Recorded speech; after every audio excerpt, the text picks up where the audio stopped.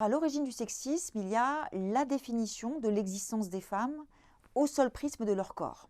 C'est parce qu'elles ont été réduites à leurs deux fonctions sexuelles et maternelles, qu'elles ont été enfermées dans la sphère domestique et privées de tous les bénéfices et privilèges associés à la vie sociale et politique.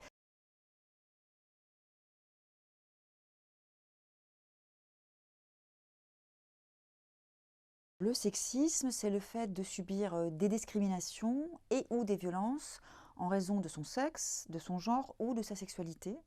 Ce qui signifie que si les femmes sont les premières cibles du sexisme, ce ne sont pas les seules. Il y a aussi les personnes LGBTQI qui sont englobées par cette notion. En fait, il faut le penser comme un continuum, c'est-à-dire qu'il y a un long fil qui commence par des faits en apparence, disons, anodins, ce qu'on appelle le sexisme ordinaire, c'est-à-dire des petites réflexions adressées à une femme sur sa tenue, ou un sifflement dans la rue, ou des petites choses en apparence sans conséquence, mais qui s'enracinent dans la même source, qui est la définition des femmes comme des corps-objets et leur réduction à ce corps-objet, à ce corps disponible. Tant et si bien que c'est en partant de ces premiers signes de sexisme que se déroulent ensuite tous les autres comportements et actes qui vont passer par du harcèlement, des propos injurieux, jusqu'à l'agression et enfin jusqu'au viol.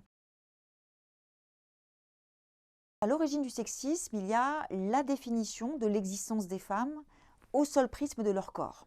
C'est parce qu'elles ont été réduites à leurs deux fonctions sexuelles et maternelles, qu'elles ont été enfermées dans la sphère domestique et privées de tous les bénéfices et privilèges associés à la vie sociale et politique. Et cette définition fonctionnaliste de l'existence des femmes, elle est très ancienne, elle remonte à l'Antiquité grecque. Elle a traversé toute l'histoire et ce qui est frappant, c'est qu'elle a survécu à la Révolution moderne, c'est-à-dire que les grands théoriciens de la démocratie, les penseurs de l'égalité, ont continué de raisonner dans ce schéma sexiste, notamment Rousseau au premier chef. Et ce qui est choquant, c'est qu'ils l'ont fait en donnant de nouveaux arguments à cette définition fonctionnaliste et en faisant de l'assignation des femmes à la vie domestique la condition même de l'existence de la société démocratique. La conquête des droits procréatifs, qui a été la grande conquête de la deuxième vague, qui a permis aux femmes de prendre enfin le contrôle sur leur nature procréatrice, et donc de s'extirper de cette définition de leur existence au seul prisme de leur corps sexuel et maternel. Cette conquête des droits procréatifs, elle n'a pas débouché sur la libération annoncée. Et les décennies qui ont suivi ont recouvert un petit peu les sujets corporels et il faut donc attendre le début des années 2010 pour qu'à nouveau les féministes s'en ressaisissent. Ça a permis aussi de montrer, c'est que finalement le sexisme, il n'était pas réservé, si je puis dire, à la sphère de l'intime.